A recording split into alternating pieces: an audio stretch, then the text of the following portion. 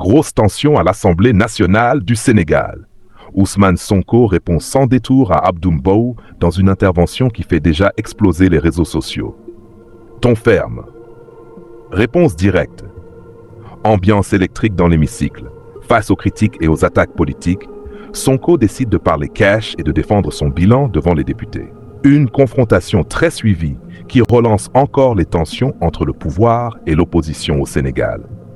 Les échanges deviennent rapidement viraux avec des séquences massivement partagées sur TikTok, Facebook et YouTube. Entre clash politique, débats houleux et réactions explosives, cette intervention marque une nouvelle étape dans le bras de fer politique sénégalais. Regardez cette vidéo jusqu'à la fin pour découvrir les déclarations complètes et les réactions après cette confrontation très tendue. Abonnez-vous pour suivre toute l'actualité politique du Sénégal et de l'Afrique. Donnez votre avis en commentaire. Sonko a-t-il dominé le débat face à Abdou Mbow?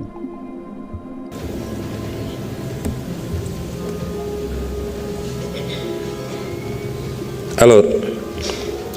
pour l'honorable député Abdou Mbow, mais monsieur Mbow, vous aggravez votre cas. Oh, je crains que kenn mënu laa sauver parce que nag lii problème bi mooy doo wax loo xam walla loo maîtriser loolu mooy problème bi. alors monsieur Mbow yow jàpp nga ni bu ñu nee ministère bi yokkal nañ ko 3 milliards ci budget am rek mooy ministre ba dugal na ko ci poosam mi ngi gundaandaat parce que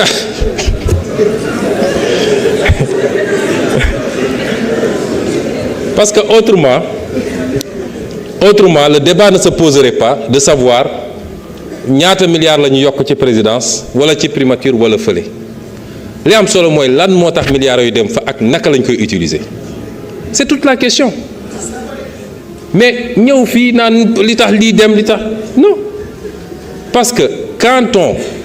yow xam nga ni l'organisation de la répartition des services de l'État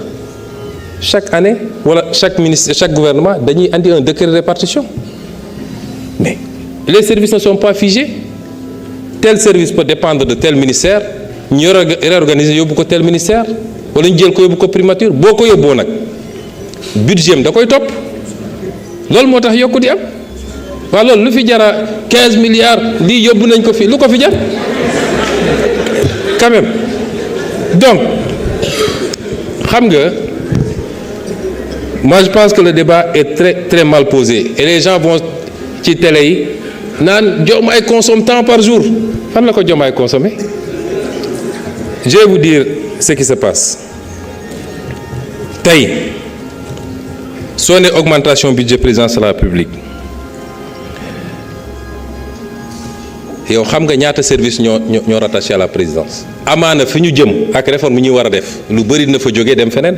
li dina ñëw primature li dina ñëw feneen bu soobee yàlla mais en attendant te loolu fii lañ ko fekk ci yéen et c'est l'un des problèmes mooy le surengorgement de la présidence de la République des services opérationnels qu'on retrouve à la présidence de la République presque un gouvernement à la place à côté du gouvernement loolu mooy tax nga retrouver loolu le président du gis sax loolu boo demee présidence de la République nga yóbbu ñu ne ARCOP fa la bokk ñu ne APIX fa la bokk ñu ne FONSIS fa la bokk ñu ne lii ñu ne lii ñu ne lii c'est tout à fait normal c'est ces budgets là boo ko agrégé moo lay jox li nga gis mais la ci présidence moom le président la mu cay jël moom toq la kon désinformation ma gis ci télé yi diw consomme tant par jour diw à part son salaire il ne consomme rien dara ci réew mi la jëm c'est des services yoo xam ne fu ñu nekkoon it ils auraient reçu le même budget fu ñu nekkoon donc ce débat là il est mal posé alors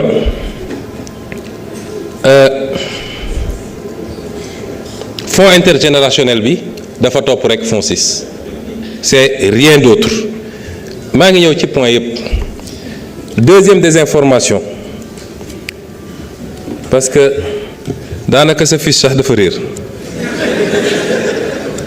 tellement da nga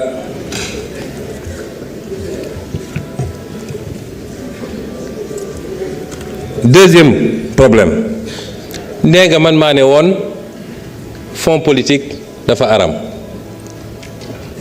caisse noire ma ne waaw maa ko wax et j'avais fait des propositions qu'on va présenter à cette Assemblée nationale dama ne la vidéo yaa ngi fi dama ne ci réew ku ñuy jël nekkoon nangami milliards jox nañ la ko bu la neexee dugalal ci réew ci benn pièce def pétrole taal kenn du la ci laaj compte loolu aram na parce que dërëm bu ne dërëmu sénégalais yi la premier postulat ñaareel bi ma ne par contre réew dina am ay opérations yoo xam ne c'est des opérations ultra sensibles yoo xam ne mënoo ko mentionner dans un budget amul réew bu amul fonds secret donc il faut avoir des fonds secrets mais qu'il faut encadrer avec une surveillance boo xam ne il peut y avoir 2 députés de l'Assemblée nationale, un magistrat, etc. ñuy saytu loolu des gens qui assermentés pour xam xaalis bi fan la dugg loolu man maa ko wax donc su ngeen jógee nee na dafa araam dafa lii dafa laa li ma wax yépp dama ko calibrer génne les différentes possibilités yi am ne man bii mooy sama préférence te loolu ci réforme boobu la ñu war a dem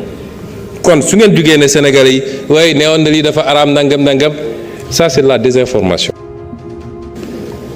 nee nga fonds vote sans débat du budget mais ça c'est de la mauvaise foi c'est de la mauvaise foi yéen ñëpp xam ngeen ni fii ak 31 décembre munoo fi def plénière ci budget bi voté ko loolu àdduna amul ku ko xamul ñun amuñu problème pour ñëw débattre fii lan moo ñu jaaxal fii ci assemblée yow quand même amuñu problème pour ñëw débattre fii alors kon si on ne vient pas c'est parce que ñun bëgguñu que le budget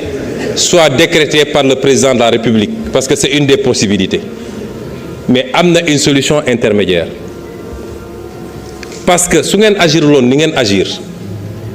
ne coûte que coûte il faut ngeen attaquer il faut ngeen daaneel gouvernement etc. et si on n'avait pas dissous l'Assemblée on aurait pu faire une session budgétaire nañ ko daan defee mais ñëpp xam nañ ni techniquement les gens même s'étonnent comment on a fait pour pouvoir faire ce qui a été fait loolu moo tax ñu ne bàyyi nañ leen ngeen def commission li ngeen waroon débattre yëpp wax ngeen ko fa moi j'ai été député la ngay wax fële nga koy wax fii c'est pour que sénégalais yi xam ni yaa ngi wax mais du fii la ñuy defee liggéey bi vous le savez bàyyi nañ leen ngeen dem commission on a délibéré en conseil des ministres l'autre semaine mais on l'a pas mis dans le communiqué du conseil des ministres vous savez pourquoi parce que suñ ko defoon rek ça aurait induit probablement l'interruption immédiate des travaux de commission et on ne voulait pas qu'il y ait interruption des travaux de commission ñu ne kon bu ñu ko def ci comité du conseil des ministres mais le secrétaire général n'a qu'à faire le PV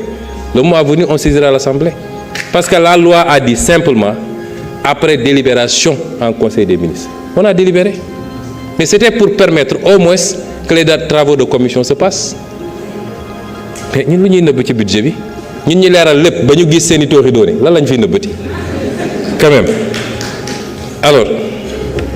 et enfin dernier amalgame yow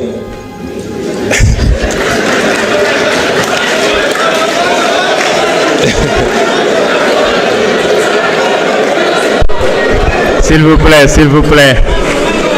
laissons-le terminer. xam nga yow s'il vous plaît. xaw ma ndax amalgame la wala mauvaise foi la parce que yow on te montre le soleil yow nga topp sama baaraam bi ñun li ñu la wax mooy autorité politique ak administrative yi doon séddoo terrain yi ku nekk am ci 50 000 loolu lañ la wax mais que telle ou telle administration s'organise en syndicat assis sur une coopérative et fasse les démarches pour am des attributions c'est valable pour les magistrats c'est valable pour les douaniers c'est valable pour ceci ñaata cité nga fi dégg cité ceci cité cela et que sur cette base-là ils aient accédé à des terrains ñu distribuer ko dans des conditions transparentes benn bu ne ñu xam kan lañ ko jox dajale seen xaalis pour def seen aménagement nga bëgg ko comparer yéen ñi ngeen doon def toog ba ngoon ngeen dem doxantu naan jox man loo sàngam ça n'a rien à voir donc bàyyi leen suñu waxee lu leer nañ ngeen essayer di jaxase xelu Sénégalais yi quand même il faut qu'on change la manière de faire de la politique dans ce pays et c'est ça qu'on retrouve après dans tous les médias ñuy wax ci ay mbir yoo xam ne yàlla ak yàlla mais askan wi léegi yeewu nañ de gis nga askan wi dañuy toog di seetaan nit muy wax ñu naan xoolal ma waa ji rek waaye kañ ngay xam ni askan wi xam na mooy keroog bu élection jotee.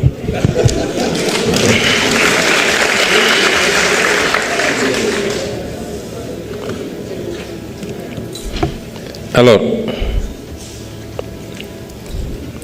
monsieur Tahirou Sarr est revenu